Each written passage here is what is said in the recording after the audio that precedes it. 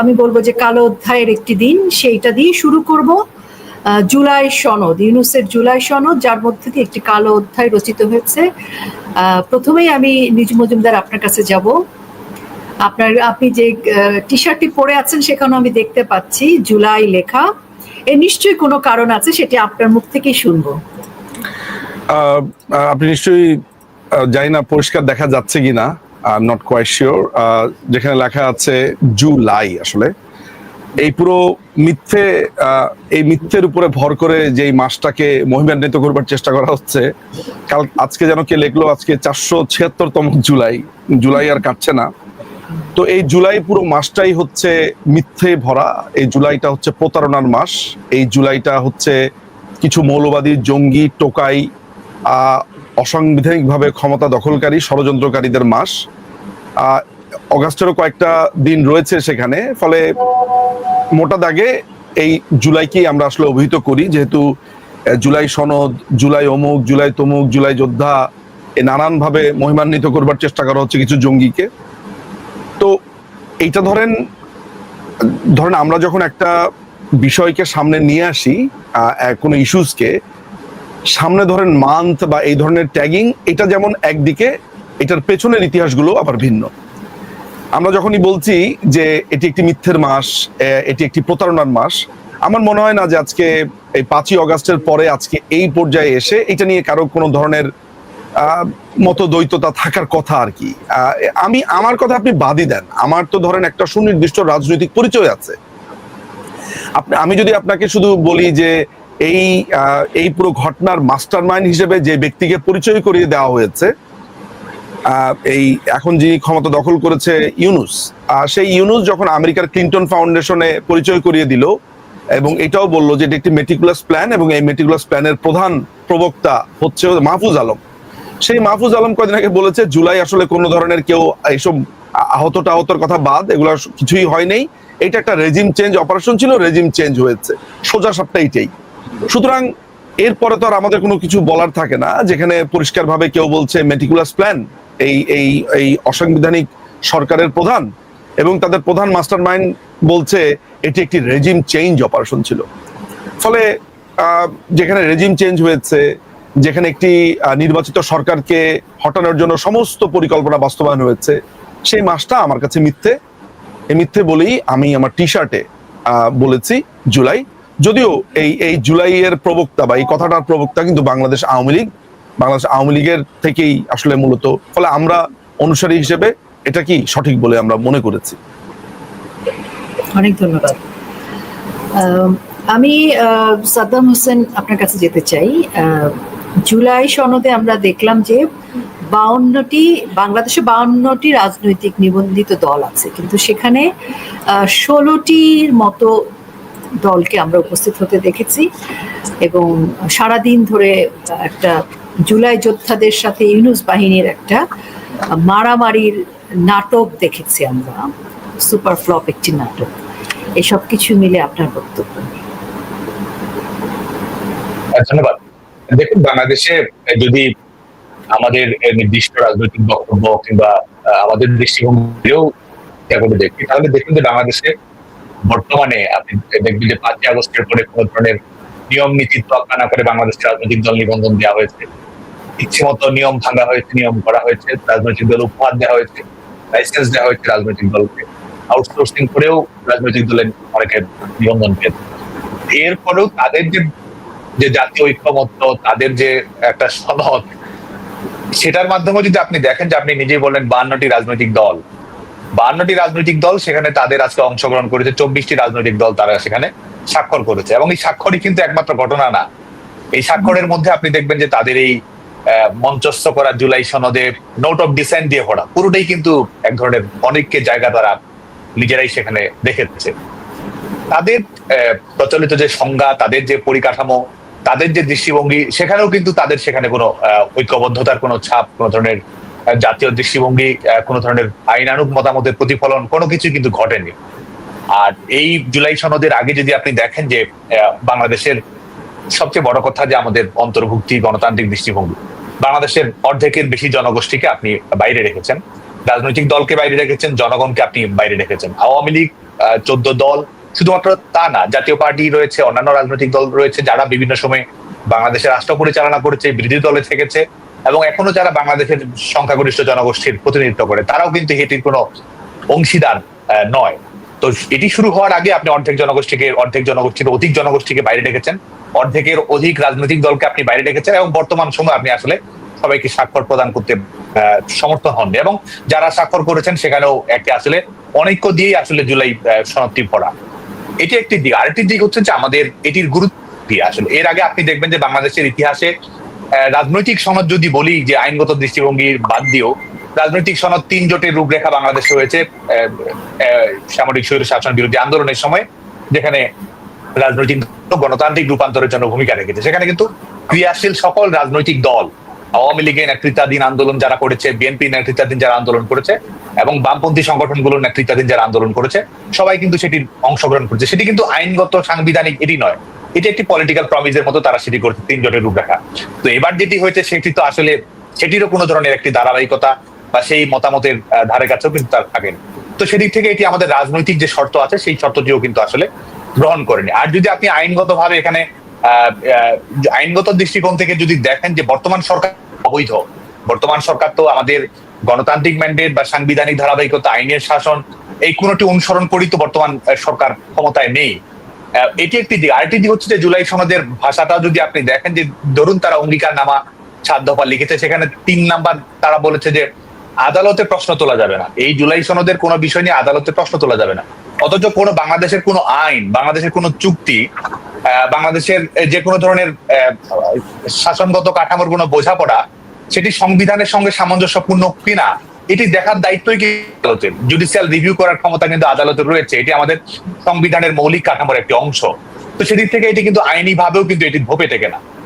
আর এটি হচ্ছে যে এই যারা এটি করছে, এটি কোনো আইনগত ম্যান্ডেট রয়েছে না রাজনৈতিক ম্যান্ডেট রয়েছে, সেটি তো প্রশ্নই আসে না। আরেকটি বিষয় হচ্ছে যে এটি বাংলাদেশে এটি গুরুত্ব কি, বাংলাদেশ রাজনীতিতে এটি গুরুত্ব কি, বাংলাদেশের রাজনীতিতে এটা কোনো গুরুত্ব নেই, বাংলাদেশের জনগণের এটি নিয়ে কোনো আগ্রহ নেই। আরেকটি হচ্ছে যে এটি আমাদের, বরং বাংলাদেশের রাজনীতিতে সমস্যা কি নেই? অবশ্যই সমস্যা রয়েছে। আমাদের গণতান্ত্রিক পথ চলায় কি ত্রুটি বিচ্যুতি নেই? অবশ্যই তো আছে। বরং এটি বিভাজনকে আরো উৎসাহিত করেছে, বরং এটি বাংলাদেশের রাজনৈতিক ঐক্যের যে জায়গা রয়েছে, ডেমোক্রেটিক ট্রানজিশনের যে বিষয় রয়েছে, জনগণের কাছে ক্ষমতা ফিরিয়ে দেওয়ার যে রাস্তা রয়েছে, সবকিছুকেই বরং এক ধরনের বিভাজনের রাজনীতি আরো স্থায়ী রূপ দেওয়া হয়েছে। আপনি যদি দেখেন যে একটি সরকারি কোনো প্রতিলিপি বা একটি যখন ঐক্যমতের কথা বলা হয়, সেখানে ভাষার যে থাকে রাজনৈতিক ভাষ্য যেভাবে উঠে আসে, এটি কিন্তু না। এটি আপনি জামায়াতের লিফলেট, এনসিপির লিফলেট, বিএনপির সঙ্গে কিন্তু এই জাতীয় সনদের পার্থক্য আপনি করতে পারবেন না। এটা সাদা চোখে কেউ যদি দেখে, সে বাংলাদেশে আপনি বেশিরভাগ মানুষকে দেখাবেন, তারা হয়তো ভাববে যে এটি বিএনপির কোনো পাণ্ডুলিপি, জামায়াতের কোনো প্রচারণা পাত্র, কিংবা এনসিপির কারো এক ধরনের প্রেস কনফারেন্সে তুলে ধরা বক্তব্য। তো সেটি তো পার্থক্য করার সুযোগটি আসলে থাকছে না। এবং এটি আসলে বাংলাদেশের রাজনীতিতে আমি মনে করি যে এটি বাংলাদেশের মানুষের এটি নিয়ে কোনো ধরনের চাঞ্চল্য নেই, বরং বাংলাদেশের মানুষ এটি নিয়ে প্রথম ক্ষুব্ধ, বিরক্ত, কারণ এখানে জনগণের ওনারশিপকে আসলে অস্বীকার করা হয়েছে। জনগণের যে মালিকানার অনুভূতি রয়েছে, রাষ্ট্র পরিচালনার প্রক্রিয়ায় অনুভূতি আছে। আরেকটা হচ্ছে যে এই দখলদার সরকারের যিনি প্রধান ডক্টর ইউনূস, তার এক ধরনের ডেমোক্রেসি ফোবিয়া রয়েছে, গণতন্ত্র নিয়ে তার ভীতি আছে। এটা আমরা 111-এর সময় দেখেছি, যে আপনি দেখবেন যে সে সময় তিনি বলেছেন যে তাকে যেন ক্ষমতায় যদি দেওয়া হয়, তাহলে দীর্ঘ সময় যেন তাকে ক্ষমতায় দেওয়া হয়। তিনি দেশের বাইরে গিয়ে তিনি গণতন্ত্র, মানবাধিকার, নারীর ক্ষমতায়ন এসব ফেরি করে বেড়ান। এবং নারীর প্রসঙ্গটি যেহেতু আসলো, আপনি এই ঐক্যমত্য কমিশন গঠন করেছে, বাংলাদেশের 49-50 ভাগ জনগোষ্ঠীর নারী, কোনো প্রতিনিধিত্ব কিন্তু নাই, আদিবাসী জনগোষ্ঠীর অংশগ্রহণ নেই, অন্যান্য ধর্মাবলম্বী যারা রয়েছে, সনাতন ধর্মাবলম্বী অপরাপর যারা রয়েছে, তাদের কোনো অংশগ্রহণ নেই। তো মূল যে কথা বলছিলাম, দেশের বাইরে তিনি এসব কথা ফেরি করে বেড়ান, আর লন্ডনে গিয়ে তিনি বলেন যে বাংলাদেশের মানুষের সিদ্ধান্ত গ্রহণ করার সক্ষমতা নেই, মানুষ টাকার কাছে যায়, বাংলাদেশের মানুষ রাষ্ট্র পরিচালনার বিষয় বোঝে না। নিউ ইয়র্কে গিয়ে তিনি বলে আসেন যে বাংলাদেশে 50 বছর ক্ষমতায় দেখতে চায়। তো তার এই ধরনের যে এক ধরনের গণতন্ত্র ভীতি রয়েছে, জনগণকে অসম্মান করা, জনগণের যে ডিগনিটি রয়েছে, যে এক ধরনের রাষ্ট্র নিয়ে বিচক্ষণতা রয়েছে, জনগণই যে সত্যিকারের নায়ক তিনি আসলে সেটি মনে করেন না। আমার কাছে মনে হয় যে তিনি একজন ক্ষমতা লোভী, প্রতিহিংসা পরায়ণ নার্সিসিস্ট। আপনি যদি দেখেন যে তার বক্তব্য, সেখানে তিনি বলছেন যে পৃথিবীর জন্য এটি গুরুত্বপূর্ণ। এটি তো আসলে কারোর জন্যই গুরুত্বপূর্ণ নয়। তিনি যেটি করেছেন এটি এক টুকরো কাগজ, যেটা আসলে শেষ পর্যন্ত বাংলাদেশের রাজনৈতিক ইতিহাসের আবর্জনাতেও যার জায়গা হবে না। এবং এটির কোনো আইনি গুরুত্ব নেই, এটি কোনো রাজনৈতিক গুরুত্ব নেই। এটি বাংলাদেশের রাজনীতিকে কোনো পথ দেখাচ্ছে না, এটি নীতির কথা বলছে না, এটি অন্তর্ভুক্তির কথা বলছে না, এটি বাংলাদেশের মানুষের সমস্যার সমাধানের কথা বলছে না। এটি একজন ক্ষমতা লোভী, একজন ক্ষমতায় অন্ধ, যিনি আসলে রাষ্ট্রকে ঊর্ধ্বে নিজেকে মনে করেন, যিনি আসলে জনগণের ঊর্ধ্বে নিজেকে মনে করেন, যিনি আইনের শাসন সংবিধান এসবে আসলে ধারেন না। এবং যেটার প্রমাণ তিনি যখন আমরা গ্রামীণ ব্যাংকে তার পদ জোর করে ধরে নেওয়ার ঘটনা আমরা দেখেছি, এবং আমরা যখন দেখেছি যে তখন তিনি রাষ্ট্রযন্ত্রকে ব্যবহার করে করার বিষয়ে তিনি বিজনেস করছেন, তিনি জনশক্তি রপ্তানি লাইসেন্স নিচ্ছেন, তিনি বাংলাদেশের অন্তর্বর্তী সরকারের প্রধান, তিনি 26টা সরকারের প্রধান, তিনি ব্যবসা নিচ্ছেন, তিনি জনগণের উপর ট্যাক্সের টাকা বসিয়ে দিচ্ছেন আর নিজের করমুক্ত করছেন। তো এই ধরনের নির্লজ্জ একজন মানুষ আছে বাংলাদেশের জবরদখল করে ক্ষমতায় বসে আছে। এবং বাংলাদেশে এবং এই যে জুলাই সনদ, এটি কিসের নিরাপত্তা বলুন? যে বাংলাদেশে সামরিক শহীদ শাসকেরা ক্ষমতা দখল করেছিল, পঞ্চদশ সংশোধন তো শেষ পর্যন্ত অবৈধই হয়েছে। সামরিক শহীদ শাসকেরা যা করেছে তাদের শাসন ক্ষমতা তো অবৈধ হয়েছে। কোন ইনডেমনিটি কি বঙ্গবন্ধুর খুনিদেরকে রক্ষা করতে পেরেছে? বাংলাদেশের মানুষ কিন্তু আইনের শাসন প্রতিষ্ঠার মাধ্যমেই আইনের শাসন প্রতিষ্ঠা করেছে, ন্যায় বিচারও কায়েম করেছে, অপরাধীদেরও সমস্ত ধরনের আইনি সুরক্ষা নিশ্চিত করে সেটি নিশ্চিত করা হয়েছে, বিচারিক প্রক্রিয়ার আওতায় নিয়ে আসা হয়েছে। তো এই যে এটি করা হলো, এটি আমি মনে করি যে এক ধরনের প্রতারণা, এক ধরনের সঠতা, এক ধরনের ভণ্ডামি, এবং এটি আসলে আমি মনে করি যে বাংলাদেশের জনগণের সঙ্গে এক ধরনের তামাশা যদি বলি, এটি আসলে এক বাক্যে সেটি। অনেক ধন্যবাদ সাদ্দাম আপনাকে। আবারও আসবো আপনার কাছে। নিঝুম ভাই, জুলাই সনদ আমার কাছে মনে হচ্ছে এমন একটা অস্ত্র যেটা দিয়ে তারা সংবিধানকে হত্যা করছে, এবং এই হত্যা করবার জন্য তারা 5ই আগস্ট থেকে শুরু করেছে সেই পায়তারা, এবং সেই হত্যা প্রক্রিয়াটা তারা আজকে সম্পন্ন করলো। এবং তারা যে বইতে স্বাক্ষর করলো, সেই জুলাই সনদ নামক তথাকথিত এই বইটিতে স্বাক্ষর করে কি তারা প্রমাণ করলো না তারা রাষ্ট্রদ্রোহী? আমার তো মনে হয় সেই প্রমাণটাই স্বাক্ষর করেছে তারা। অনেক অনেক অনেক ধন্যবাদ।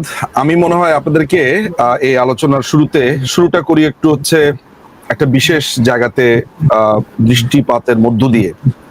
আপনার সামনে যদি জুলাই সনদটা থাকে, বা যারা দেখছেন, যেসব দর্শকরা দেখছেন তাদের হাতের কাছে যদি থাকে, আমি বলবো তাদেরকে 6 নাম্বার পাতাতে চলে যাওয়ার জন্য। আপনারা কি জানেন যে এই জুলাই সনদে গণতন্ত্র কথাটা কি উঠিয়ে দেওয়া হয়েছে?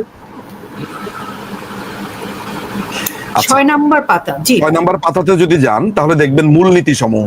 আমাদের রাষ্ট্র পরিচালনার মূলনীতি কি ছিল জানেন? গণতন্ত্র, সমাজতন্ত্র, ধর্মনিরপেক্ষতা এবং বাঙালি জাতীয়তাবাদ বা জাতীয়তাবাদ। ঠিক আছে?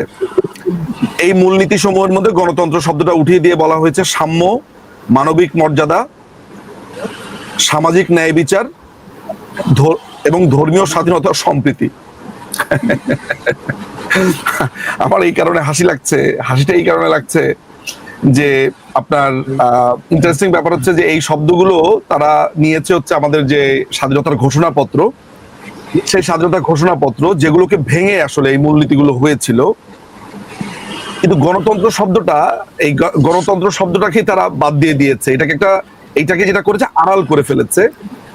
ধর্মীয় আমাদের যে বাঙালি জাতীয়তাবাদ, এটা একটা ইন্টারেস্টিং একটা ব্যাপার।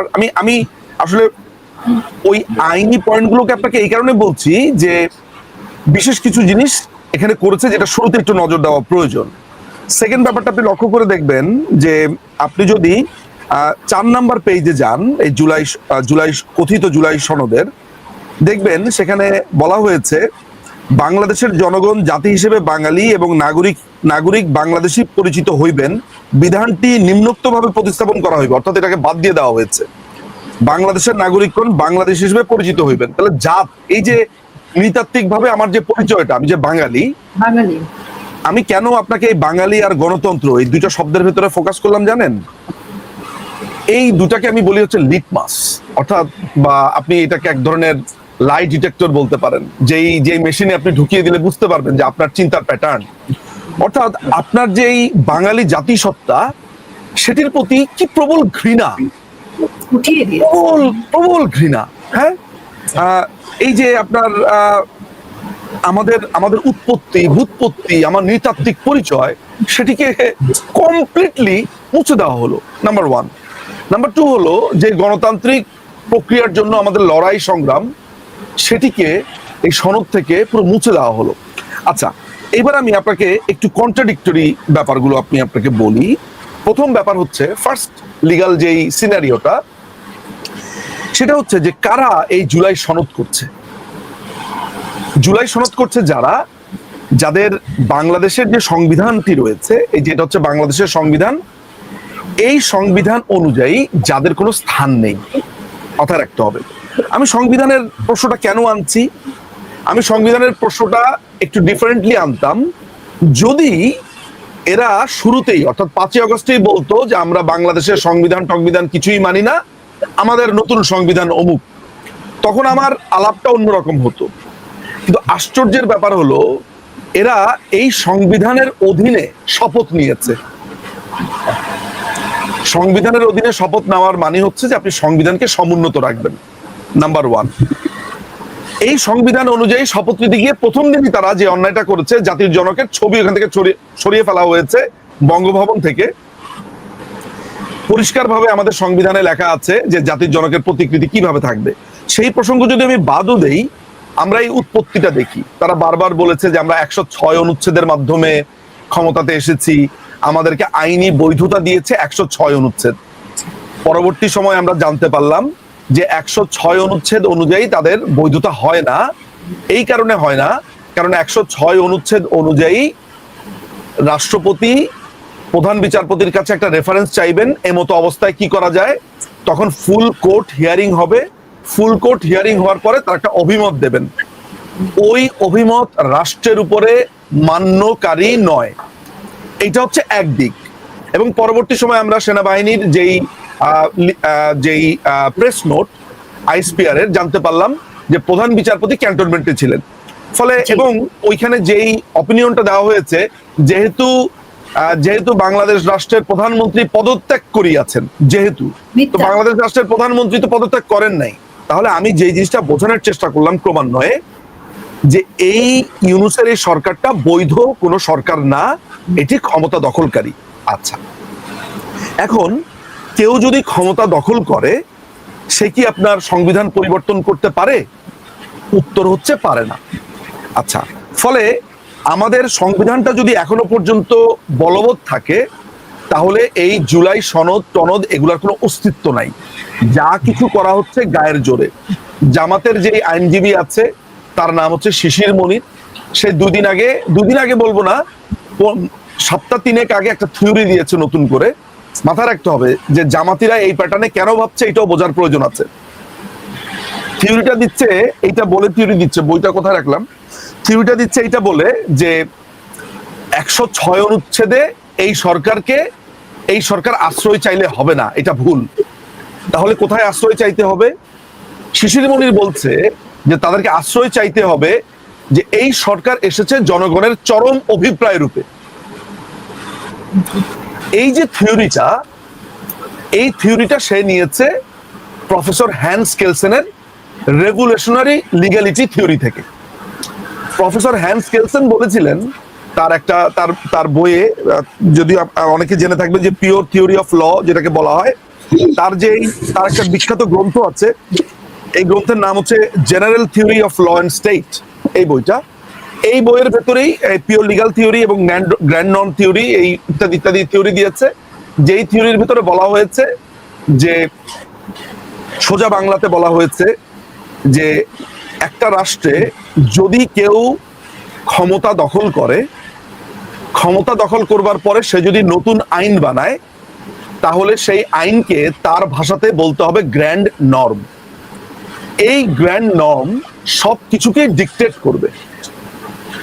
তো ওদের ভাষাতে জুলাই সনদ হচ্ছে তাদের গ্র্যান্ড নর্ম, আর তাদের এই 5 তারিখের ঘটনাটা হচ্ছে তাদের বিপ্লব। এই তো হচ্ছে হ্যান্স কেলসেনের কথা। যদিও হ্যান্স কেলসেনের কথা জামাতিরা বলছে না, ওই নির্যাসটুকু আমাদেরকে শোনাচ্ছে। কিন্তু মজার ব্যাপার হচ্ছে যে এর আগমন আমি বলেছিলাম যে এই সমস্ত থিওরি মিউরি এভরিথিং ইতিমধ্যে বাংলাদেশে শেষ হয়ে গেছে এই রায়টির মাধ্যমে। এটি হচ্ছে 5ম সংশোধনী রায়। কেমন? এই 5ম সংশোধনী রায়টা কি জিনিস, আমি একটু সময় নিচ্ছি যাতে লিগাল জিনিসগুলো বোঝে যারা দর্শকরা আছে। এই হচ্ছে সেই বিখ্যাত 5ম সংশোধনী। এইটা হচ্ছে ওই দিন সংসদে যে যা বলেছে এই পুরোটা এই বইয়ের ভিতরে লিপিবদ্ধ আছে। এটা হচ্ছে সংসদের ধারা বিবরণী, আমি সেটিকে সংগ্রহ করেছি, ঠিক আছে। এইটার ভেতরেই 1979 সালে যখন, আপনাকে আমি বুঝা রাখি, সেটা হচ্ছে আদালতের মধ্যে ওই জিয়াউর রহমান, তারপর খন্দকার মোশতাক এবং সায়েম, ওদের ক্ষমতা দখলকে বৈধ করার জন্য অনেক যুক্তি দেওয়া হয়েছিল। সেই যুক্তির ভিতরে আপনার এই হ্যান্সকেলসকে নিয়ে আসা হয়েছে, আপনার আসমা জিলানি নামে একটা মামলা হয়েছে, সেটাকে নিয়ে আসা হয়েছে। আদালত তখন বলেছে মার্শাল ল নামে কোনো ল পৃথিবীতে নাই। What is martial law? Martial লটা আবার কি জিনিস? মার্শাল ল বলতে কিছু নাই। আর এখন যেটা আছে, ভবিষ্যতের বিচারপতিরা কি বলবে এখন তো আমি সেটা বলতে পারি না, তবে আমি নিশ্চিত সেখানে প্রাজ্ঞ বিচারপতিরা নতুন কোনো থিওরি দিবে এবং আমরা সেটার জন্য নিশ্চয়ই অপেক্ষা করব। সো আপনাকে আমি যে কথাটা বলার চেষ্টা করছি, যে আমি যেমন সাদ্দাম নোট অফ ডিসেন্টের কথা বলছে, কারা কারা ঐক্যমত্য করেছে, কতজন রাজনৈতিক দল এসছে, ও এটার একটা বিশ্লেষণ করেছে বা বলার চেষ্টা করেছে। আমি না ওই আলোচনাতে যাব না, এই কারণে যাব না, আপনি যদি আমাকে অবৈধভাবে ধরেন আঘাত করেন, অবৈধভাবে আমার বাড়ি দখল করেন, আমি না, আপনার কাজটা অবৈধ, সোজা বাংলাতে এইটাই সত্যি। ওই অবৈধ আপনি কোন উপায়ে করেছেন, কোন স্টাইলে করেছেন, ওগুলা নিয়ে আমি কথা বলবো না। হ্যাঁ, বাট এটাও ঠিক যে ভবিষ্যতের জন্য, স্বার্থের জন্য ওগুলোতে বিশ্লেষণ হতেই হবে। বাট আমি আমার পার্সোনাল মতে শুধু ওই জায়গাতে স্টিক থাকবো যে এটি একটি অবৈধ, এটার কোনো সাংবিধানিক কোনো অস্তিত্ব নাই, 106 অনুচ্ছেদকে এটাতে হয় নাই, 106 অনুচ্ছেদের ওই ক্ষমতাও নাই। ফলে এই জুলাই সনদ, আমরা আইনের ভাষাতে এটিকে আমরা বলি ভয়েড অ্যাব ইনিশিও। এটা একটি ল্যাটিন টার্ম, এটির ইংরেজিটা বা বাংলাটা হচ্ছে শুরুতেই বাদ, মানে শুরুতেই তুমি বাতিল, ভয়েড অ্যাব ইনিশিও। তো এই হচ্ছে ঘটনা।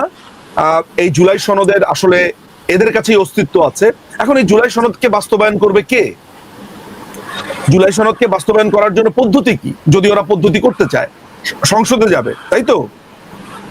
সংসদে যাবে, সংসদে গিয়ে বাস্তবায়ন করবে। এটা কে করবে বাস্তবায়ন? যেই দলটার বাংলাদেশে সমর্থক বা ভোট এখনো পর্যন্ত 40, আমি যদি ধরি 35 থেকে 42%, যেটি 5ই অগাস্টের পরে আরো বেড়েছে। আমি ধরে নিলাম যে আরো কম, আপনি কত কম বলতে চান? আমি একটা ন্যূনতম ধরলাম 30% ভোট আছে আমাদের। আমি আমি বাংলাদেশ আওয়ামী লীগের কথা বলছি, একদম 12% আমি কমিয়ে দিলাম। আমি কোন ডাটা হিসেবে বলছি? আমার কাছে এখনো পর্যন্ত যেই ডাটাটা আছে সবগুলো ইলেকশনের, এই ডাটাটা দেখে আমি কিন্তু এই 42%-এর কথা বলছি, গড়ের কথা বলছি। তো 30% ভোটার বাংলাদেশের। নিজুম ভাই, সাউন্ড এখন কি শুনতে পাচ্ছেন? হ্যাঁ, এবার ঠিক আছে। বাংলাদেশ আওয়ামী লীগের কোর 30% ভোটারকে আপনি বাইরে রেখে আপনি রাজনৈতিক আলোচনা করেন কার সাথে? নুরার সাথে আলোচনা করেন। নুরু আর রাশেদ এরা হচ্ছে একজন আরেকজনের, মানে নুরু সাপোর্ট দেয় রাশেদকে, রাশেদ মানে ওদের কোনো ভোটার আছে? কমিটি তো নাই, ওরা ওয়ার্ড কমিশনার বাদ দেন, অনেক পরে, ওদের তো কমিটি নাই। ওদের কমিটি, ওরা যে বিল্ডিং এ ওদের অফিস, ওই বিল্ডিং এর যদি ভাড়াটিয়া সমিতির ইলেকশন করে, ওরা তো মালিকও না, ওইখানকার ভাড়াটিয়া সমিতিও বাদ দিলাম। ওদের যদি একটা হয়, ওইখানে যদি একটা ইলেকশন হয়, যে আপনার ধরেন যে কোনো ধরনের ইলেকশন, ওই কর্মচারী ইলেকশন হতে পারে, কাদের রুমে চেয়ার টেবিল বেশি সেটার ইলেকশনও যদি হয়, অর্থাৎ হচ্ছে যে কোনো টাইপের ইলেকশনও হারবে। তারা হচ্ছে এখন আমাদের সংবিধান পরিবর্তন করছে। তারপরে আর কারা কারা এসেছে আপনার, এমন দল, এদের নামও শুনি নাই, এনসিপি, যাদের কোনো রেজিস্ট্রেশনও নাই।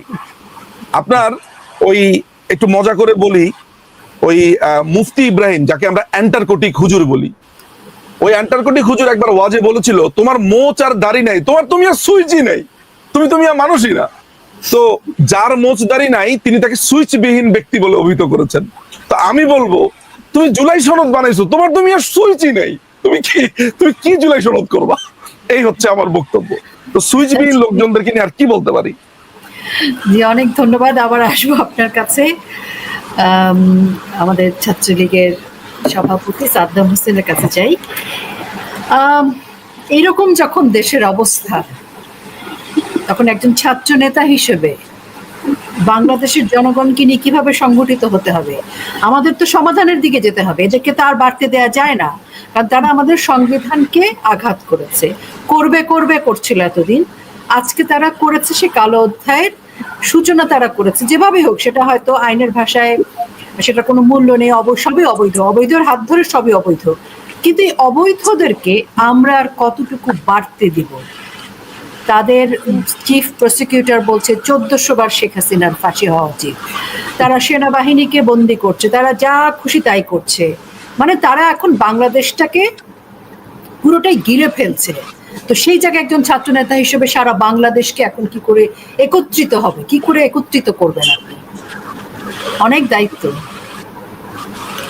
হ্যাঁ, ইতিমধ্যেই আমাদের এই জুলাই সনদকে ঘিরে খুবই চমৎকার আইনি পর্যালোচনা, আমাদের ঐতিহাসিক পর্যালোচনা এবং ভবিষ্যৎ সবকিছু আসলে চোখে আঙ্গুল দিয়ে দেখিয়েছেন আমাদের প্রিয় একজন মানুষ নিঝুম মজুমদার। খুবই অসাধারণ ভাবে আলোচনাটা করেছেন। তা আমরা যেটি মনে করি যে আজকে আমাদের এই আমাদের কাজটি কি, আমাদের দায়িত্বটি কি, বাংলাদেশের ছাত্র সমাজের দায়িত্বটি কি? আমাদের ছাত্র সমাজের অন্যতম মৌলিক হচ্ছে যে আমাদের একটি হচ্ছে যে মুক্তিযুদ্ধের বাংলাদেশ, আরেকটি হচ্ছে গণতান্ত্রিক বাংলাদেশ। আজকে এই জুলাই সনদ কিংবা এই 5ই আগস্ট পরবর্তী প্রেক্ষাপট সবকিছুই আসলে আমাদেরকে চ্যালেঞ্জের মুখে রেখেছে, মুখ থুবড়ে পড়েছে আমাদের দেশের গণতন্ত্র, আমাদের সাংবিধানিক ধারাবাহিকতা, আইনের শাসন, সবকিছুই, মানুষের মৌলিক অধিকার সবকিছুই। তো যে কারণে আমাদের বাংলাদেশের জনগণের সামনে রাস্তা একটাই, সেটা হচ্ছে আন্দোলন করে এই দখলদারদেরকে হটিয়ে দেয়া। বাংলাদেশের জনগণের ক্ষমতা জনগণের কাছে ফিরে হচ্ছে একমাত্র রাস্তা। তো সেটি সামনে রেখে আমাদের আসলে সংগঠিত হওয়ার প্রচেষ্টা আছে। আর আমি বারবার বলি যে আমাদের লড়াইটা দলীয় না, এটি আওয়ামী লীগের লড়াই, এটি ছাত্রলীগের লড়াই, সেটি নয়। এটি বাংলাদেশে আপনি যদি একটা স্থিতিশীল বাংলাদেশ চান, আপনি যদি একটা গণতান্ত্রিক বাংলাদেশ চান, আপনি যদি বাংলাদেশের অন্যতম এক ধরনের প্রতিযোগিতামূলক রাজনৈতিক আবহ চান, সেটি আপনার এই দখলদার সরকারকে বদলে দিয়ে একটা আমাদের নতুন ভাবে রাজনৈতিক পথযাত্রাটা আসলে তৈরি করতে হবে। আরেকটা হচ্ছে আপনি শেষ যে প্রসঙ্গটি আনলেন, সেটা হচ্ছে যে আমাদের প্রতিষ্ঠানগুলো কিন্তু এক ধরনের মুখ থুবড়ে পড়েছে, এটি বললে যথেষ্ট কম বলা হয়। কারণ আজকে যে প্রতিষ্ঠানগুলোর উপর আঘাত আসছে, এই প্রতিষ্ঠানগুলোর আঘাত আসার মাধ্যমে আসলে কোনো না কোনো ভাবে আমাদের সার্বভৌমত্ব কম্প্রোমাইজ হয়, আমাদের স্বাধীনতাটিকে এক ধরনের সাইড লাইনে ফেলে দেওয়ার চেষ্টা আমরা দেখি, এবং আমাদের রাষ্ট্রীয় ভাব, সেটি জনসেবা হোক, সেটি বিচারিক স্বাধীনতা হোক, সেটি এক ধরনের রাজনৈতিক দলগুলোর মধ্যে আস্থার জায়গা হোক, কিংবা নিখেত চাকরির বিষয় হোক, যে প্রতিষ্ঠানগুলোর উপর ভিত্তি করে একটা রাষ্ট্র, একটা সরকার, একটা সমাজ ব্যবস্থা চলে, সবগুলো প্রতিষ্ঠান কিন্তু সবকিছুই কিন্তু আসলে ভেঙে পড়ছে। এবং এর সবচেয়ে উদাহরণ আপনি দেখবেন যে আমাদের বাংলাদেশ সেনাবাহিনী, সেই সেনাবাহিনী যেটি নিজস্ব আইন অনুযায়ী পরিচালিত হয়, যেটি বাংলাদেশের স্বাধীনতা এবং সার্বভৌমত্বের এক ধরনের প্রতীকও, আজকে কিন্তু সেই সংগঠনটিকে একটি বিতর্কের মুখে ফেলে দেওয়া হয়েছে। সেই এটির মাধ্যমে বিশেষ করে আইসিডি, যেটি সম্ভাবেই অবৈধ এবং যেটি আসলে মঞ্চস্থ করা হচ্ছে যুদ্ধাপরাধীদের বিচার বাস্তবায়ন, যেটি ন্যায়সঙ্গত ভাবে করা হয়েছিল। বাংলাদেশের মানুষের ঐতিহাসিক দায়, রাজনৈতিক দায়, আর্থিক দায় এবং আইনি দায়, এবং সেটিও সমস্ত ধরনের মানদণ্ড অক্ষুণ্ণ রেখে যেটি করা হয়েছিল, সেটির প্রতিশোধের অংশ হিসেবে আসলে এই কোর্টটি নতুন করে চালু করা হয়েছে। সেখানে যেমন রাজনৈতিক ব্যক্তিদের বিরুদ্ধে এবং প্রধানমন্ত্রী যিনি আইনগতভাবে এবং জনগণের ভোটে নির্বাচিত, তাকে যেমন টার্গেট করা হয়েছে, একই সঙ্গে কিন্তু আজকে সেনাবাহিনীর যারা কর্মকর্তা রয়েছে, যারা বিভিন্ন সময় বিভিন্ন প্রতিষ্ঠানে দায়িত্বরত ছিলেন, তাদেরকেও কিন্তু আজকে এটির আওতায় নিয়ে আসা হয়েছে। বাংলাদেশ পুলিশকে আপনি দেখবেন ভেঙে চুরে তছনছ করে দেওয়া হয়েছে। আমাদের 90% পুলিশ থানা লুটের শিকার হয়েছে, অস্ত্র হয়েছে, এবং আপনার নিরাপত্তা কিভাবে দিবে? পুলিশ হত্যাকাণ্ড রয়েছে, সেই হত্যাকাণ্ডের বিচার করা যাবে না, এটা আইনগত ভাবে সরকার করে দিয়েছে ইনডেমনিটি দেওয়ার মাধ্যমে। ঠিক একইভাবে কিন্তু আজকে সেনাবাহিনীর নিজস্ব আইন, নিজস্ব কানুন, একটি প্রতিষ্ঠানের অভ্যন্তরে কোনো ধরনের অভাব, অভিযোগ, ত্রুটি বিচ্যুতি থাকলে সেটি কিন্তু সমাধান করার একটা নির্দিষ্ট পদ্ধতি আছে। তো সেই পদ্ধতিতে না গিয়েও আজকে কিন্তু এই তাদের এই ক্যাঙ্গারু যে কোর্ট তারা স্থাপন করেছে, সেখানে সেনাবাহিনীর বিষয়টিকে নিয়ে এসে আমাদের সেনাবাহিনীকে আসলে, আমি যেটি ব্যক্তিগতভাবে মনে করি যে আমাদের সেনাবাহিনীকে বিতর্কিত করা, দুর্বল করে দেয়া, সেটি কিন্তু হচ্ছে, এবং সেনাবাহিনীর যে দীর্ঘ ঐতিহ্য রয়েছে সেটি কিন্তু ধূলিসাৎ করে দেওয়া হচ্ছে, এবং যেটির মাধ্যমে আসলে ভবিষ্যতে ইতিমধ্যেই বাংলাদেশে যেটি হয়েছে, উগ্রবাদী রাজনীতির যে চর্চাটি বাংলাদেশে চলমান চলছে, এক ধরনের জঙ্গিবাদী রাজনীতিকে রাষ্ট্রীয় অবয়ব, সাংবিধানিক অবয়ব দেওয়া হচ্ছে, সেটি যেন বিনা চ্যালেঞ্জে চলতে পারে, সেটি যেন প্রোটেকশন পায়, এই জঙ্গিবাদ যেন এক ধরনের ইনকিউবেশন হাবের মতো করে বাংলাদেশে হতে পারে, সেই সেই মঞ্চস্থটি আসলে বাংলাদেশে আসলে রচিত করা হচ্ছে, এবং বাংলাদেশকে আসলে এই আমাদের আন্তর্জাতিক সন্ত্রাসবাদের একটা ঠিকানা হিসেবে বাংলাদেশে প্রতিষ্ঠিত করার চেষ্টা করা হচ্ছে, যে কারণে বাংলাদেশের সীমানা ইতিমধ্যেই বাংলাদেশের সীমানার ভেতরে অন্যান্য দেশের বিভিন্ন বেসরকারি বাহিনী বাংলাদেশের অভ্যন্তরে প্রবেশ করছে। বাংলাদেশের বন্দরগুলো আপনি দেখবেন যে কিভাবে আমাদের বন্দরের যে সার্বভৌমত্ব রয়েছে, স্বকীয়তা রয়েছে, অর্থনৈতিক যে সার্বভৌমত্ব রয়েছে, সেগুলোকে কিভাবে প্রশ্নের মুখে ফেলে দেওয়া হয়েছে। তার মানে এই দখলদার সরকার কিন্তু আমাদের প্রতিষ্ঠানগুলোকে ভেঙে চুরে তছনছ করে দিয়েছে, মানুষের ভোটাধিকার কেড়ে নিয়েছে, মানুষের রাজনৈতিক অধিকার কেড়ে নিয়েছে, মানুষের প্রতিবাদ অধিকার এবং গোটা বাংলাদেশের মানুষের জীবনে যে স্বস্তিটুকু ছিল, সমৃদ্ধিটুকু ছিল, শান্তিপূর্ণভাবে বেঁচে থাকার যে গ্যারান্টিটুকু ছিল, নিরাপদে স্বাভাবিক মৃত্যুর যে গ্যারান্টি ছিল, আজকে কিন্তু সেটিও ধূলিসাৎ হয়ে গেছে, যেখানে এমনকি কবরের মৃতদেহ পর্যন্ত নিরাপত্তা দখলদার সরকার রাখতে পারছে না। তো এই অবস্থার মধ্যে বাংলাদেশের মানুষের সামনে একটি আসলে বিকল্প, সেটি হচ্ছে যে অব্যাহত আন্দোলন সংগ্রামের মাধ্যমে দখলদার সরকারের বিদায় ঘণ্টাটি।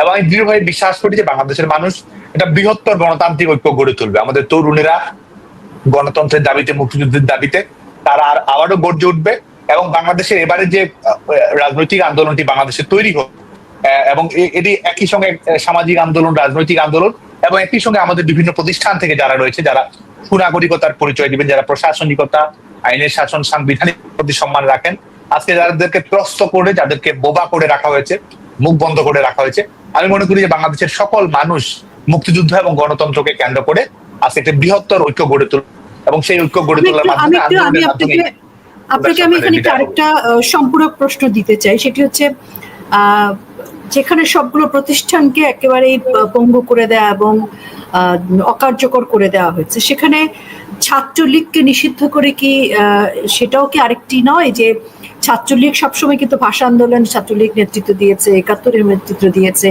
ছাত্রলীগের যে ভূমিকা বাংলাদেশের প্রত্যেকটা আন্দোলনের সাথে, ছাত্রলীগের মাধ্যমে যাতে তরুণরা সম্পৃক্ত হতে না পারে আবারও নতুন করে দেশের পক্ষে লড়াই করার জন্য, সেটা কি আরেকটি কারণ নয়? ছাত্রলীগকেও তো তা নিষিদ্ধ করার মধ্যে দিয়ে থামিয়ে দেওয়া হয়েছে। ছাত্রলীগ তো আজকে নিষিদ্ধ, আপনারা তো চাইলেও স্বাধীনভাবে বাংলাদেশের জনগণের জন্য কিছু করতেও পারছেন না। আমি একটু পরে আমি নিজে ভাইকে প্রশ্ন করবো ছাত্রলীগকে নিয়ে। দেখুন, বাংলাদেশ ছাত্রলীগকে এই যারা এই দখলদার সরকার, অবৈধ সরকার, যারা নিজেরাই আসলে এক প্রকার নিষিদ্ধ কিংবা বেআইনি, তাদের নিষেধাজ্ঞার কোনো আইনগত বৈধতা, কোনো ধরনের রাজনৈতিক বৈধতা, নৈতিক বৈধতা আছে বলে আমি মনে করি না। যে কারণে তাদের এই নিষেধাজ্ঞা আসলে বাংলাদেশের ছাত্র সমাজের কাছে কোনো গুরুত্ব বহন করে না, বরং এটি যে তাদের এক ধরনের ফ্যাসিস্ট রাজনীতি, ফ্যাসিস্ট বন্দোবস্ত তারা যে চালু করেছে, সেটার একটি টেক্সটবুক এক্সাম্পল হচ্ছে ছাত্রলীগকে এই তাদের তথাকথিত নিষিদ্ধ করা, আওয়ামী লীগের রাজনৈতিক কার্যক্রম বন্ধ রাখা, নিষিদ্ধ করা, এগুলো হচ্ছে তারা যে সত্যিকার অর্থে ফ্যাসিস্ট রাজনীতি বাংলাদেশে পরিণত করছে, বা তারা যে ন্যূনতম গণতন্ত্রের প্রতি সংবেদনশীল নয়, মানুষের অধিকারের প্রতি তাদের যে ন্যূনতম সম্মানবোধটুকু নেই, এটি কিন্তু বরং তারই প্রমাণ। এটি আসলে তাদের আমি মনে করি যে তাদের চারিত্রিক সার্টিফিকেট, চারিত্রিক সনদ হচ্ছে যে এই নিষিদ্ধ করার দখল দেওয়ার মাধ্যমে আসলে তারা নিজেদের স্বরূপটি আসলে উন্মোচিত হচ্ছে। এবং বাংলাদেশ ছাত্রলীগকে দেখুন, আজকে বাংলাদেশ ছাত্রলীগ তাহলে সবকিছুই ছাত্রলীগের সঙ্গে সম্পৃক্ত, নিষিদ্ধ করে দিচ্ছে। এই বাংলাদেশের পতাকার ডিজাইনের ছাত্রলীগ, পতাকাকে নিষিদ্ধ করে দিক। আমাদের জাতীয় সঙ্গীত, এই জাতীয় সঙ্গীত হওয়ার পেছনে বাংলাদেশ ছাত্রলীগের প্রস্তাবনা, দীর্ঘদিনের আন্দোলন সংগ্রাম সেটি রয়েছে, সেটিকে নিষিদ্ধ করে দিক। আমাদের স্বাধীনতার ইশতেহার, এটি ৩ মার্চ পাঠ করা হয়েছে, সেটি ছাত্রলীগের, সেটিকে নিষিদ্ধ করে দিক।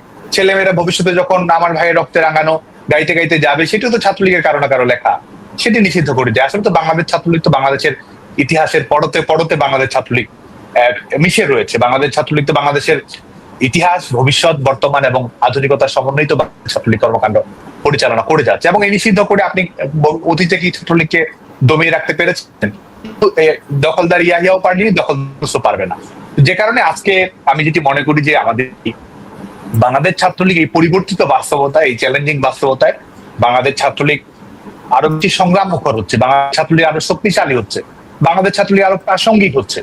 আজকে বাংলাদেশের রাজনীতিকে যখন এক ধরনের সম্পূর্ণভাবেই উগ্রবাদী রাজনীতির দিকে ঠেলে দেওয়া হয়েছে, বাংলাদেশের রাজনৈতিক ভারসাম্য যেখানে নষ্ট করা হয়েছে, বাংলাদেশের প্রতিযোগিতা রাজনীতির পরিবেশটি নষ্ট করে বাংলাদেশের ছেলে মেয়েদের পছন্দ করার স্বাধীনতা যেখানে ক্ষুণ্ণ করা হয়েছে, এবং গত 14-15 মাস ধরে বাংলাদেশে দেখুন যে কিভাবে কোটি যে হয়েছে, কিভাবে চাঁদাবাজির ঘটনাগুলো কিভাবে ঘটেছে, সরকারি সুবিধা নেওয়ার ঘটনাগুলো কিভাবে ঘটেছে, সুপারিশ গুলো কিভাবে ঘটা হয়েছে। আমার তো মনে হয় যে সিলিকন ভ্যালি তো আপনি সিলিকন ভ্যালিতে আপনি এমন কোন স্টার্টআপ প্রকল্প পাবেন না যেখানে রাতারাতি এইভাবে এত কোনো ধরনের বিনিয়োগ ছাড়া এত ধরনের রাতারাতি শত কোটি টাকা হয়ে যায়, লাইসেন্সের মালিক হওয়া যায়, বিভিন্ন ধরনের ব্যবসা বাণিজ্য বরাদ্দ পাওয়া যায়, এবং এক একজনের লাইফ স্টাইলে কি ধরনের পরিবর্তন আসছে, এটি কি বাংলাদেশের মানুষ, বাংলাদেশের তরুণ প্রজন্ম তাদের কাছ থেকে আপনি আড়াল করতে পারবেন? মানুষ তো দেখছে যে আপনার এই বিত্ত বৈভবের পেছনে রহস্য কি। আপনি এত বড় বড় কথা বলছেন, আপনার এই নৈতিকতার ভিত্তি কি? আপনার কতটুকু সততা রয়েছে? আপনার নৈতিক ভিত্তি কতটুকু রয়েছে? আপনি গণতন্ত্রের প্রতি, আইনের শাসনের প্রতি কতটুকু দায়বদ্ধ, কিন্তু বাংলাদেশের মানুষের সামনে পরিষ্কার হয়ে গেছে। এবং এই প্রজন্মই, আমি বিশ্বাস করি যে আমাদের তরুণ প্রজন্মই এটির বিরুদ্ধে আসলে প্রতিরোধ গড়ে তুলবে। এবং যারা আজকে তরুণ প্রজন্মকে ব্যবহার করছে, এক হচ্ছে যে লাখের রাজনীতি কায়েম করেছে, মানুষের মায়ের কোল খালি করে তারা নিজের এক একজন উপদেষ্টা হয়ে বসেছে, নিজেদের ব্যাংক ব্যালেন্স বাড়িয়েছে, এবং বিচার করা যাবে না সেটি তারা ইন্ডেমনিটি দিয়ে তার নিজেরাই নিজেদেরকে দায়মুক্ত করেছে। তো যে কারণে আজকে বাংলাদেশ ছাত্রলীগ, আমি মনে করি যে আজকে আমাদের এই যে লড়াইটি রয়েছে এটি আসলে গণতন্ত্রের জন্য, অধিকার প্রতিষ্ঠা করার জন্য। এটি ক্ষমতায় যাওয়ার কোনো এক ধরনের দর কষাকষি সেটি নয়, এটি হচ্ছে জনগণের ক্ষমতা জনগণের কাছে ফিরিয়ে দেওয়ার লড়াই। এটা হচ্ছে আইনের শাসন প্রতিষ্ঠার লড়াই, যে আইনের শাসন প্রতিষ্ঠার মাধ্যমে শেখ হাসিনা সরকার যেটির সূচনা করেছিল, নিরপেক্ষ বিচার বিভাগের তদন্ত, প্রত্যেকটি ঘটনাকে শাস্তির আওতায় নিয়ে আসা নিরপেক্ষভাবে। আমি বিশ্বাস করি যে সেই ধারাবাহিকতায় ভবিষ্যতে নতুন করে আবার পুনরুজ্জীবিত হবে, এবং সেটির মাধ্যমে আবারও বাংলাদেশ আওয়ামী লীগের নেতৃত্বে, শেখ হাসিনার নেতৃত্বে, জনগণের নেতৃত্বে আবার একটি গণতান্ত্রিক ধারাবাহিকতায় প্রতিষ্ঠিত। এবং যারা অপরাধগুলো কর্মকাণ্ডের সঙ্গে সম্পৃক্ত রয়েছে, ফৌজদারি অপরাধ করেছে, আইনগত অপরাধ করেছে, এবং যেটির মাধ্যমে বিত্ত বিভব লুটপাটের অংশীদার রয়েছে, আমি দৃঢ়তার সঙ্গে বিশ্বাস করি যে তারা সবাই আইনানুগ প্রক্রিয়ার আওতায় আসবেন, এবং যার যার শাস্তি অবশ্যই সেটি ভবিষ্যতে নিশ্চিত করা হবে। অনেক ধন্যবাদ, খুব সুন্দর করে ব্যাখ্যা করেছেন আপনি।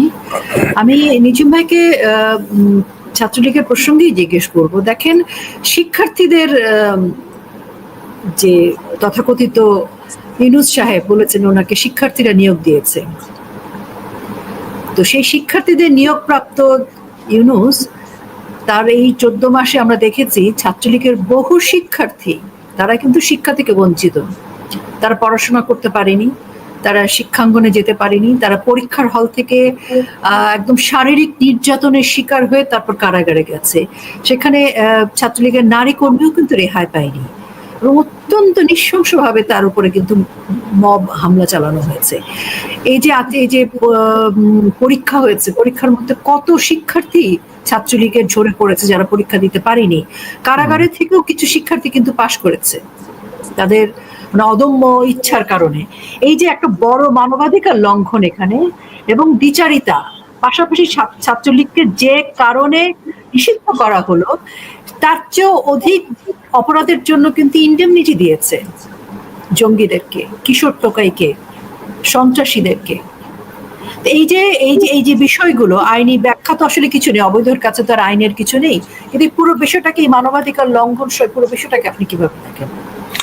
আপনার মানবাধিকার লঙ্ঘন বলতে প্রথমেই যদি আপনি নিষিদ্ধের প্রশ্নটা আসে, তাহলে এই পুরো ঘটনাটার ভেতরে তারা তাদেরকে নিয়েই আপনার আন্দোলন করেছে, যারা হচ্ছে যে 1971 সালে গণহত্যার দায়ে এবং পরবর্তী সময়ে বাংলাদেশের যেই সরকার, তারা অগাস্টের 1 বা 2 তারিখে আপনার একটি অধ্যাদেশের মাধ্যমে এবং একটি প্রজ্ঞাপনের মাধ্যমে ইতিমধ্যেই জামাতকে নিষিদ্ধ করেছে। তারা একটি নিষিদ্ধ পার্টিকে নিয়েই আসলে আন্দোলনগুলো করেছে, নাম্বার 1। নাম্বার 2 হচ্ছে, সেদিন আমি দেখলাম যে নিউ এজ পত্রিকার একজন সাংবাদিক আছে, নুরুল কবির মনে হয় ভদ্রকের নাম, আমি ওনার একটা প্রোগ্রাম দেখছিলাম। হি রাইটলি সেইড যে আপনি 71 সালে গণহত্যাকারী হিসেবে দুটো, মানে অনেকগুলো রাজনৈতিক দল, অনেকগুলো সংঘের মধ্যে দুটো বড় অস্তিত্ব ছিল। একটি হচ্ছে জামাতে ইসলামী, এবং আরেকটি হচ্ছে জামাত ইসলামের যে ছাত্র সংগঠন, আপনার এটাকে কি জানে বলে, তখন সেই সময় ছিল ছাত্র সংঘ, ইসলামী ছাত্র সংঘ এবং জামাতে ইসলামী, এরা দুইজন গণহত্যা করেছে, এবং তাদের বিচার কিন্তু আদালতে পেন্ডিং ছিল। তাদের অলরেডি আপনার কিন্তু করা হয়েছে, তাদের নিবন্ধন বাতিল করা হয়েছিল, হাইকোর্ট থেকে সেটা নিশ্চিত করা হয়েছিল, আপনারা জানেন সেটা। এখন মানে আপনাকে একটা জিনিস বুঝতে হবে যে আপনি যখন এই আলোচনাটা করছেন যে ছাত্রদের মাধ্যমে তিনি এসেছেন, পরবর্তী সময়ে অনেক ছাত্রদেরকে তিনি পরীক্ষা দিতে দেননি, টর্চার করেছেন, মেরে ফেলেছেন। আমি না কেন এই আলোচনাতে যেতে চাই না। এই আলোচনাতে গেলে আমার কাছে যেই জায়গাতে মনে হয় আমি একটা বৈধতা দেওয়ার চেষ্টা করছি যে আমি ইউনূসের কাছে আশা করছি না, যে আশা তারা করতে পারি না। মানে ট্যাসিটলি বা মৌনভাবে আমি ওর কাছে একটা এক্সপেকটেশন, আমার যেটাকে আমরা আইনের ভাষাতে অনেক সময় বলি হচ্ছে লেজিটিমেট এক্সপেকটেশন, যে লেজিটিমেট এক্সপেকটেশনটা হচ্ছে এমন যে ওর কাছে আমরা ডাইরেক্ট আর ইনডাইরেক্ট আশা করছি যে ছাত্রদেরকে, ও তো এসেছেই খুন করবার জন্য।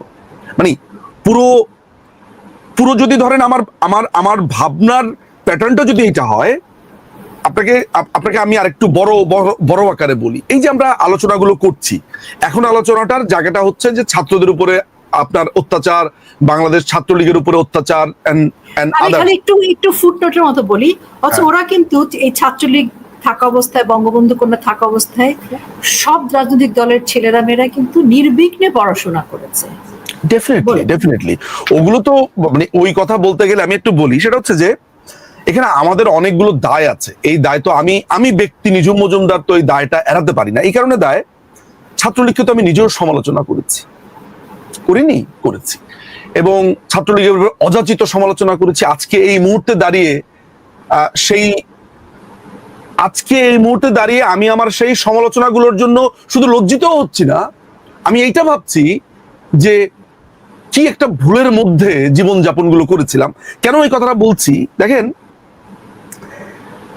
ছাত্রলীগকে আপনি ইতিহাসের পাতা থেকে আপনি ছাত্রলীগকে ধরে ধরে আসেন, ছাত্রলীগ ইতিহাসে কি করেছে না করেছে, মুক্তি সংগ্রাম থেকে শুরু করে 52 ভাষা আন্দোলন, তারপরে আপনি প্রত্যেকটা জায়গাতে আপনি যদি ধরেন ছাত্রলীগ প্রত্যেকটা জায়গাতে আপনি তাদেরকে পাবেন, প্রত্যেকটা রাডারই টাচ করতে পারবেন।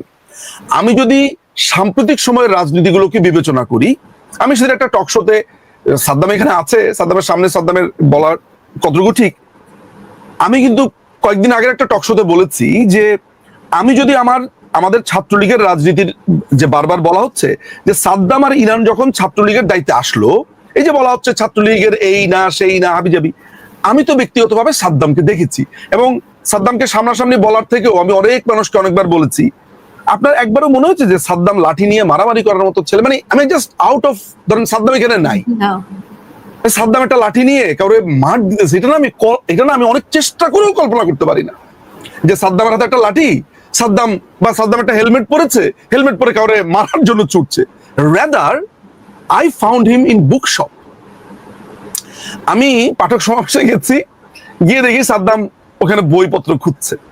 আমার এত ভালো লেগেছে সাদ্দাম বিব্রত হয় কিনা জানি না। মানে আসলে বেসিক্যালি ব্যাপারটা হচ্ছে এমন যে এই ছেলেপেলেগুলো কিন্তু একটা নতুনত্ব দিতে চেয়েছে। আমি দেখেছি এরা কবিতা পাঠের আসর করেছে, সাদ্দামের বক্তৃতাগুলোতে তো দেখি জীবনানন্দ দাশের কবিতা, রবীন্দ্রনাথের কবিতা এবং খুবই পোয়েটিক তার ভাষণ।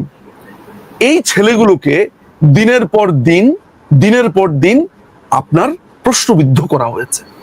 আমরা কি করেছি অন্যদিকে অন দ্য কন্ট্রারি, আমরা এদেরকে নানান ভাবে বলেছি আপনি এটা করলেন কেন, ওইটা করলেন, মানে সমস্ত তীর যখন ওদের দিকে আসছিল, সেই তীরকে আমরা টান দিয়ে খোলার বদলে আমরা উল্টো ওদেরকেও বিদ্ধ করবার চেষ্টা করেছি। ইয়েস, আমি এই জন্যই বলি যে ছাত্রলীগকে কষ্ট তো আমিও কম দেইনি বা আমরাও কম দেইনি, ফলে ছাত্রলীগ একটা দীর্ঘ সময় সাফার করেছে।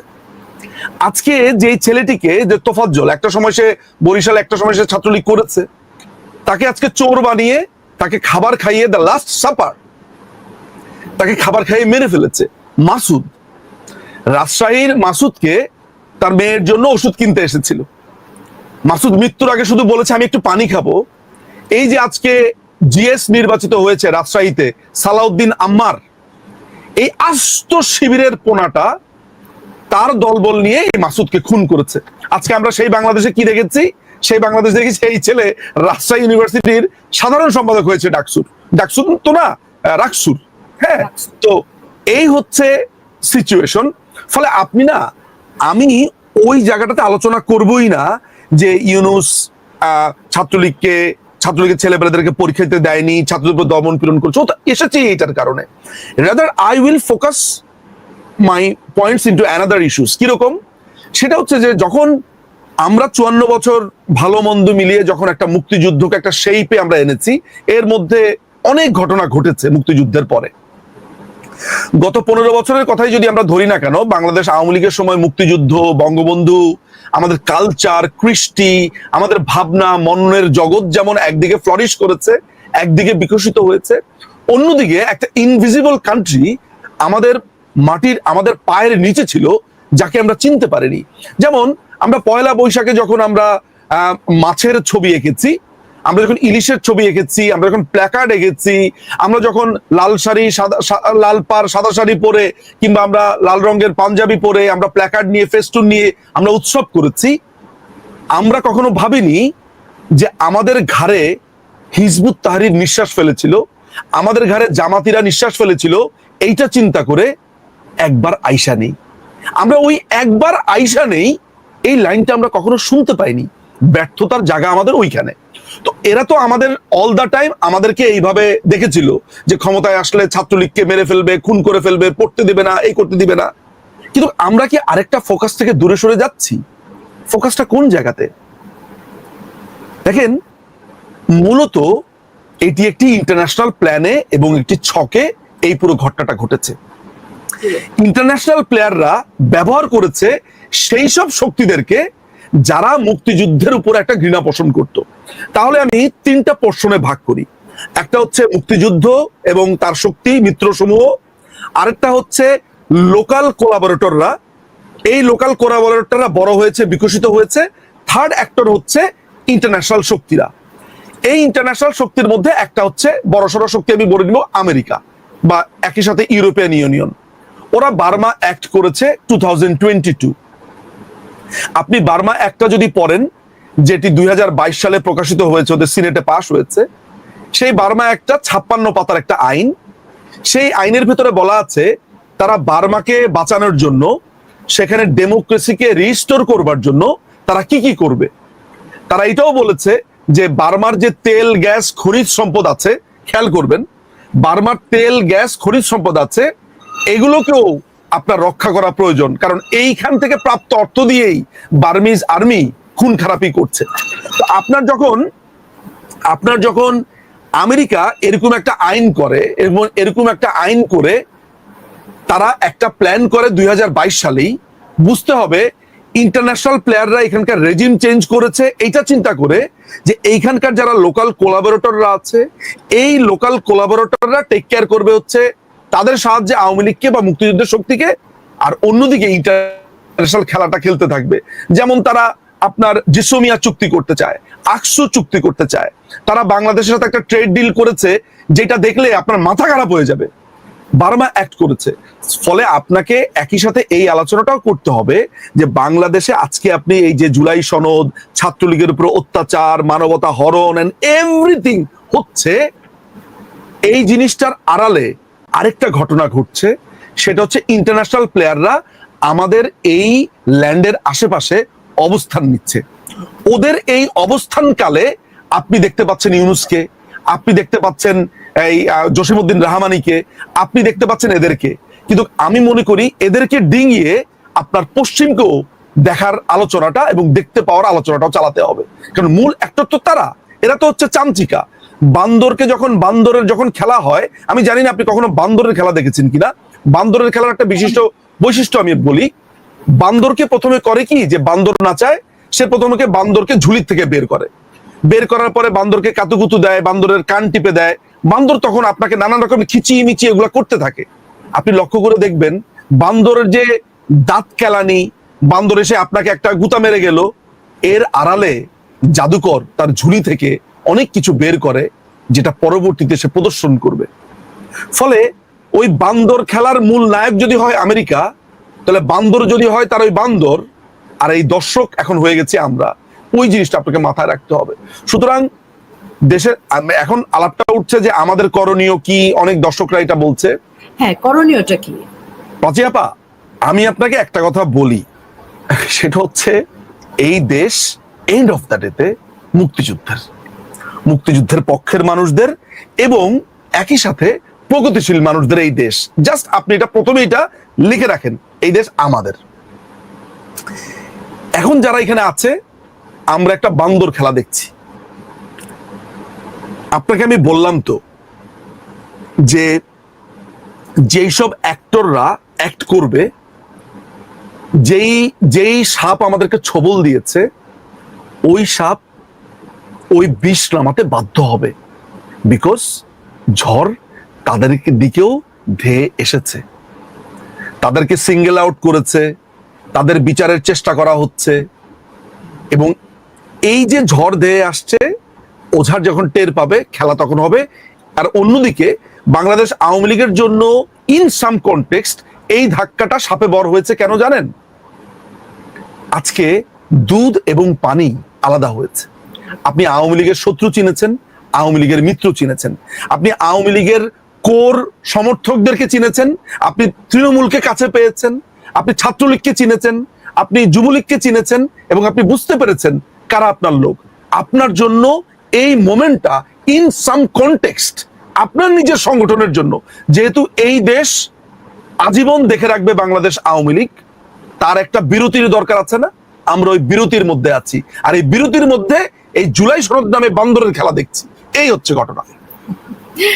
অনেক ধন্যবাদ। আমি সাদ্দামকে একদম শেষের দিকে সাদ্দামকে একটা প্রশ্ন করতে চাই। সেটা হচ্ছে যে এই বিরতিতে কিন্তু আমরা, আমার কাছে মনে হয়, আমি আপনার সাথে খুবই একমত নিজুম ভাই, একদম এই কথাটা একদম হাড়ে হাড়ে সত্য, এবং এটা হৃদয় দিয়ে অনুভব করি যে আমাদের কখনো কখনো দেখতে হয়। তো এই যে ঘরে বাইরে আমাদের শত্রু ছিল, আমি ঘরে বাইরেই বলবো বিনয়ের সাথে, যে বিভাজন ছিল, একটা অনৈক্য ছিল, সমালোচনার মানে আত্মসমালোচনার নামে নেগেটিভ সমালোচনা ছিল, সেটা ঘরের মানুষদেরও ছিল, ঘরের বাইরেও ছিল। এমনকি এই বিপদের সময় দেখেছি বিভাজন তৈরি করতে কাউকে কাউকে সমালোচনার নামে ছুঁড়ে ফেলে দেওয়ার ষড়যন্ত্র করতেও দেখেছি। সেই বিভাজন, সেই অনৈক্য, সেই ঘরের শত্রু, বিদেশি শত্রুদেরকে সরিয়ে দিয়ে বাংলাদেশ ছাত্রলীগ এবং বাংলাদেশ আওয়ামী লীগ তৃণমূলকে নিয়ে ঐক্যবদ্ধ হয়ে কি করে এগিয়ে যাবে? বা ছাত্রলীগ 1971 সালে যেভাবে জ্বলে উঠেছিল সেভাবে নিশ্চয়ই আবারও জ্বলে উঠবে। ধন্যবাদ। আমাদের বানরের খেলা তো চলছে, এখন বানরের রুটি ভাগাভাগিও আমরা দেখছি, এবং এই এখন শেষ পর্যন্ত কিন্তু বাংলাদেশের মানুষের, আপনি যদি দেখেন যে আমাদের সামাজিক সুরক্ষা খাতের আওতায় যে মানুষেরা ছিল, তারা আজকে এই আওতার বাইরে চলে গেছে। আপনি দেখবেন যে ভ্রাম্যমান ট্রাকে খাবারের পেছনে কি লম্বা লাইন তৈরি হচ্ছে। মানুষের খাবারের অভাব, খাদ্য নিরাপত্তা সবকিছু কিন্তু ঝুঁকির মুখে পড়ে গেছে। তো সে কারণে আমি দৃঢ়তার সঙ্গে আবারও বলি, সেটা আন্দোলনের মাধ্যমে আসলে পথ খুঁজতে হবে, এবং একই সঙ্গে একটি যে যাত্রা আন্তর্জাতিক ভাবে, সেই জায়গাটিও আমি বিশ্বাস করি যে দৃঢ়তার সঙ্গে ধাপে ধাপে সেটি তৈরি হবে। এবং ছাত্রলীগ এই প্রতিকূল পরিস্থিতি, ছাত্রলীগের কর্মীরা তো মোকাবেলা করছে, প্রতিকূল পরিস্থিতি মোকাবেলা করে সে শিখছে, ক্রমাগত জানছে, আরো বেশি লড়ার অনুপ্রেরণা পাচ্ছে। এই তরুণেরাই তো গোটা বাংলাদেশ এগিয়ে তুলছে, এবং এই সার্টিফিকেট নেই, ঘর বাড়ি ব্যবসা বাণিজ্য হয়েছে, ধুলিসাৎ ফোটা দেওয়া হয়েছে, তারপরেও কিন্তু এই জীবনের জন্যই, কিন্তু জীবনকে ভালোবেসেই, জীবনের জয়গানের জন্যই কিন্তু ছাত্রলীগের ছেলেমেয়েরা ছুটে বেড়াচ্ছে, কারাগারে যাচ্ছে। হয়তো কে জানে, কারাগারে তারা নতুন দিনের রোজনামচাই বা হয়তো লিখছে। আজকে হয়তো তারা নতুন করে তাদের জীবনের ডায়েরি লিখছে, সংগ্রামের কথা লিখছে, আত্মস্থ হচ্ছে। এবং আমরা অবশ্যই তো শিখছি, আমাদের অতীত চলায় বিচ্যুতি থেকেও তো আমরা শিখছি যে আপনি অনৈক্য, বিভাজন যে বিষয়গুলো থাকে, সেগুলো একটা আরো বেশি চারিত্রিক শুদ্ধি, আদর্শিক শুদ্ধি, সেগুলো তো আমাদেরকে ক্রমাগত আরো শক্তিশালী করছে। যে কারণে এই পরিবর্তিত পরিস্থিতি ছাত্রলীগের কর্মীদের নৈতিক মনোবল আরো বাড়িয়ে দিয়েছে। এই লড়াই ঝঞ্ঝামুখর পরিবেশ ছাত্রলীগের কর্মীদেরকে আরো নেতৃত্বের আসীনে সমাসীন করছে, ছাত্রলীগের নেতা কর্মীদের জীবনকে আরো সংগ্রাম মুখর করছে, তাদেরকে আরো রাজনৈতিক নেতৃত্বকে প্রতিফলিত করছে। এবং এই আমি মনে করি যে সাময়িক যে ঝড় বাংলাদেশের উপর এসেছে, এই সাময়িক ঝড় আসলে ভবিষ্যতের জন্য আরো একটি শান্তির সুনিপুণ একটা পথ চলা, আরো দীর্ঘস্থায়ী পথ চলা, দীর্ঘস্থায়ী সমৃদ্ধি বাংলাদেশ আসলে তৈরি করবে। এবং আমি মনে করি যে সেই লড়াই কিন্তু আজকে হুট করে শুরু হচ্ছে সেটি নয়। এই লড়াইয়ের এই পর্বটি আসলে 5ই আগস্টের পর থেকে শুরু হয়েছে, যখন বাংলাদেশের মানুষ আবারও ঘুরে দাঁড়ানোর জন্য, কুক্ষিগত গণতন্ত্রকে উদ্ধার করার জন্য, এই মুক্তিযুদ্ধকে যারা ঘৃণা করে বাংলাদেশে আবার উগ্রবাদী সাম্প্রদায়িক রাজনীতি, মৌলবাদী রাজনীতির চাপিয়ে দিতে, এর বিরুদ্ধে কিন্তু বাংলাদেশের মানুষের সে রাজনৈতিক সচেতনতা, রাজনৈতিক সক্রিয়তা, আত্ম উপলব্ধি এবং জনগণের জন্য আরো সঠিক রাজনৈতিক সিদ্ধান্ত গ্রহণের প্রবণতা, বাস্তবতা কিন্তু তৈরি হয়েছে। তো যে কারণে আমি মনে করি যে আমাদের এই যে লড়াই রয়েছে, এই লড়াইয়ের চলমান প্রক্রিয়ার মাধ্যমে আমরা সাফল্যের দেখা মিলবে, বাংলাদেশের জনগণের সাফল্যের দেখা মিলবে, এবং সেটির মাধ্যমেই দখলদার সরকারের পরাজয়ের মাধ্যমেই বাংলাদেশে একটি গণতান্ত্রিক রূপান্তর নতুন করে ঘটবে। অনেক ধন্যবাদ। আমরা একদম শেষের দিকে, নিচু ভাই কি 1-2 মিনিটে কিছু বলবেন? হ্যাঁ, আমার আসলে যা বলার আমি বলে দিয়েছি। আমার কাছে মনে হয় যে এই মুহূর্তটা, এই সময়টাতে বাংলাদেশ আওয়ামী লীগের এই মুহূর্তে যেটা করা উচিত, বা আমাদের শুধু বাংলাদেশ আওয়ামী লীগ থেকে শুরু করে আওয়ামী লীগের আমাদের সকলে, এখন আসলে শুধু দল তো না, এখানে তো আসলে সোজা কথা হচ্ছে যে মুক্তিযুদ্ধের যেই পক্ষ বা প্রগতিশীলতার যে পুরো পক্ষটাই তো আক্রান্ত। আমার কাছে মনে হয় যে এই মুহূর্তে আমাদের সংগঠিত হয়ে, একসাথে সংগঠিত হওয়া এবং পরিকল্পনার মাধ্যমে সামনে এগিয়ে যাওয়া। আমি যখনই বলি একটা কথা, যে আসলে আমি বাংলাদেশকেই ক্রমাগত পাকিস্তান হয়ে যাওয়া দেখে আমি বুঝতে পারি যে মুক্তিযুদ্ধের মতোই একটা গেরিলা যুদ্ধ খুব আসন্ন, এবং অনেকেই আমার এই পুরো ব্যাপারটা নিয়ে অনেকে একমত হন, অনেকে দ্বিমত হন। যখন যারা দ্বিমত হন তারা অত্যন্ত কর্কশ ভাবে দ্বিমত হন, হয়তোবা সেটার কারণও রয়েছে, কিন্তু যেই মানুষগুলো দ্বিমত হন তাদের অনেকেরই একসময় বুঝতে পারবে যে আমি যা বলছি এটা বাস্তব। কারণ এই বাংলাদেশকে তো আসলে, এই বদ্বীপকে আমি কম দেখিনি। মোটামুটি আমার এই বয়স দেখেছি, যদ্দূর করেছি, এইটা মনে হয় একটা অসমাপ্ত যে যুদ্ধটাকে আমরা বলতাম 1971 সালে, একটা অসমাপ্ত যুদ্ধ। আমার মনে হয় সামনের যুদ্ধটা ওইটাকে শেষ করবে। অনেকে বলে যে তাহলে আপনি গেরিলা ট্রেনিং নিতে আসেন, আপনি আসেন। হ্যাঁ, আমি তো পরিপূর্ণভাবে প্রস্তুতি, এবং শুধু প্রস্তুতি না, আমি আমার মোটামুটি রীতিমতো পরিবার নিয়ে প্রস্তুত, যে এই যুদ্ধের জন্য প্রস্তুত, এবং এটি নিয়ে আলোচনাও করতে প্রস্তুত। এবং আমি মনে করি এটি নিয়ে পুরো দলকেই ভাবা উচিত, সবাইকেই ভাবা উচিত। কারণ দেশ যদি এভাবে যেতে থাকে, আমি কিন্তু একবারও আপনার এই বান্দরদের নিয়ে চিন্তা করি না, এই ইউনুস এদেরকে নিয়ে চিন্তা করি না, যেটা ওই বান্দরের রুটি ভাগাভাগির কথা বলেছে সাদ্দাম, ওইটা নিয়ে আমি খুব একটা টেনশন করি না।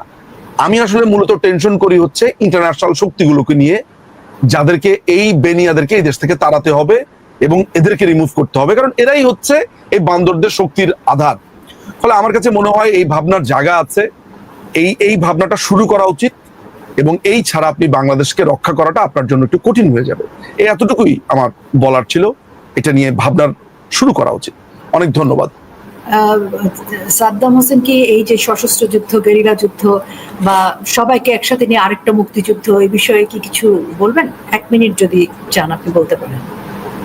দেখুন, বাংলাদেশের আমি মনে করি যে অলরেডি আমরা একটা রাজনৈতিক লড়াইয়ের মধ্যে আছি, এবং এই লড়াইয়ের লক্ষ্য হচ্ছে গণতন্ত্র পুনরুদ্ধার করা। এই লড়াইয়ের লক্ষ্য হচ্ছে আমাদের মুক্তিযুদ্ধকে পুনরুদ্ধার করা, এবং এই লড়াইয়ের প্রয়োজনে জনগণ যখন প্রয়োজন কৌশল আসলে অবশ্যই গ্রহণ করবে, কারণ ন্যায়ের লড়াই আপনার সকল পন্থায় আসলে উন্মুক্ত রাখতে হবে। কিন্তু আমি দৃঢ়তার সঙ্গে বিশ্বাস করি যে আমাদের গণতান্ত্রিক প্রক্রিয়ায় পথ পরিক্রমার মধ্য দিয়ে গণ আন্দোলনের মাধ্যমে আমরা এটির একটি ফয়সালা সুনিশ্চিত করতে পারবো। তবে জনগণের যেরকম চারিত্রিক দৃঢ়তা বাড়ছে, জনগণের যেরকম প্রতিরোধী স্ফুলিঙ্গ তৈরি হচ্ছে, এবং এই উগ্রবাদী শক্তি যেভাবে জনগণের উপর দমন পীড়নের স্টিম রোলার চাপিয়ে দিচ্ছে, যে কারণে ন্যায়সঙ্গত যে কোনো লড়াইয়ে বাংলাদেশের জনগণের প্রস্তুতি রয়েছে, প্রচেষ্টা রয়েছে, আন্তরিকতা রয়েছে বলেও আমি বিশ্বাস